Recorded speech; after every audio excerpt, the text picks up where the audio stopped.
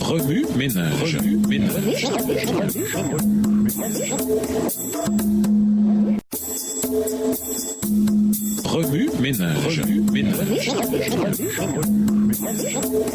Bienvenue dans votre émission Remue ménage. Nous voilà à la leçon de dimanche, le premier voyage missionnaire de Paul. Introduction. Lisons Actes 13, versets 4 et 5. Acte 13 et versets 4 et 5. Barnabas et Saul, envoyés par le Saint-Esprit, descendirent à Séleucie, et de là, ils s'embarquèrent pour l'île de Chypre. Arrivés à Salamine, ils annoncèrent la parole de Dieu dans les synagogues des Juifs. Ils avaient Jean pour aide. Les chapitres 13 et 14 du livre des Actes racontent le voyage missionnaire de Paul, le premier d'une série de 3 aventures missionnaires, pionnières et propres à construire la foi. Paul et ses compagnons se rendirent d'abord à Chypre, puis dans les régions de l'Asie mineure. Armés de l'incomparable puissance du Saint-Esprit et de l'évangile transformateur de Jésus-Christ, ils affrontèrent une opposition farouche en prêchant l'évangile. Mais ils eurent aussi la joie de voir de nombreux individus accepter l'évangile. Dans ce premier voyage missionnaire, on dirait que Paul se donne pour objectif de pénétrer dans chaque partie du monde, alors connu dans l'espoir que ses auditeurs accepteront le salut en Jésus-Christ. Paul commençait d'abord par les Juifs, puis se tournait vers les païens. Acte 13 et versets 5 et 14. En voyant que les gentils avaient droit aux mêmes privilèges religieux qu'eux, privilèges qui croyaient leur être exclusivement réservés, les Juifs furent scandalisés. Voilà qui est ironique, car Dieu les avait appelés à répandre le message du salut à toute nation. Dévorés de jalousie, ils rejetèrent l'évangile et s'opposèrent au message de Paul. Le mandat évangélique en action. Lisons Acte 13, versets 2 à 4. Acte 13 et versets 2 à 4. Pendant qu'ils servaient le Seigneur dans leur ministère et qu'ils jeûnaient, le Saint-Esprit dit « Mettez-moi à part Barnabas et Saul pour l'œuvre à laquelle je les ai appelés. » Alors, après avoir jeûné et prié, ils leur imposèrent les mains et les laissèrent partir. Barnabas et Saul, envoyés par le Saint-Esprit, descendirent à Séleucie et de là, ils s'embarquèrent pour l'île de Chypre. Le premier voyage missionnaire de Paul commençant à Antioche, Acte 13, versets 2 et 3, et le mandat évangélique d'aller vers toutes les nations, Matthieu 28, versets 19 et 20, allait de pair. Dans le livre des Actes, nous assistons à l'exécution du mandat évangélique, voir Acte 1, verset 8, pour la progression logique de l'évangile. Le Christ dirige sa mission par l'Église. Lisons Acte 13, versets 2 et 4. Acte 13, versets 2 et 4.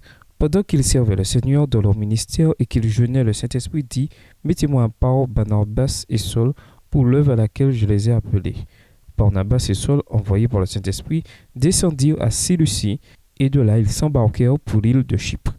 Dans Acte 13 et versets 2 et 4, le rôle du Saint-Esprit souligne l'importance de son effusion lors de la Pentecôte. Le Saint-Esprit donne l'élan initial et continu à la mission du Christ. Un message évangélique centré sur le Christ. Nous vous invitons à lire Acte 13, versets 16 à 41. Paul prêcha sur le thème le plus palpitant, Jésus notre Sauveur, Acte 13, verset 23. Comme ce sermon, Acte 13 et versets 16 à 41, le montre, le message de Paul était le même évangile apostolique prêché par Pierre environ 12 ou 15 ans plus tôt. Le contenu de base de notre proclamation ne change pas, parce que la puissance de la proclamation se trouve dans le Christ vivant, non dans de nouvelles idées ou dans des opinions fantaisistes. Ce message centré sur le Christ a en lui-même la vie qui le propulse. Hébreux 4, le verset 12. La réponse à cette prédication fut si vive que la ville tout entière voulut entendre ce message le sabbat suivant. Tout dans la présentation de l'évangile de Paul se référait au Sauveur, à Jésus-Christ, à son pardon et à son salut. Dès que l'on prêche le Christ de cette manière, il faut s'attendre à de l'opposition. Apocalypse 14, verset 6 met l'accent sur la nature endurante et immuable de l'évangile éternel et montre la continuité des intentions de Dieu, sauver le monde entier, que ce soit dans l'Ancien Testament ou dans le Nouveau. Voir Genèse 12, verset 3, Ésaïe 60, verset 3, Matthieu 28, verset 19 et 20, Apocalypse 14, verset 6. L'évangile tel qu'il a été donné aux Israélites et maintenant à nous en tant que chrétiens qui croyons au retour de Jésus n'est pas seulement destiné à ceux qui ont grandi dans la foi adventiste. Il faut l'annoncer aussi à ceux qui ont besoin de l'entendre et d'y répondre. Faire face à l'opposition en tant que disciple du Christ. Lisons Acte 13, le verset 45. Acte 13, verset 45. Les Juifs, voyant la foule, furent remplis de jalousie et ils s'opposaient à ce que disait Paul en le contredisant et en l'injuriant. En proclamant l'évangile, nous serons en butte aux tribulations. Acte 14, verset 22. Ne soyons pas surpris de ce que Paul et Barnabas aient été virtuellement en butte à une opposition continuelle. Matthieu 10, verset 22, Jean 15, verset 18.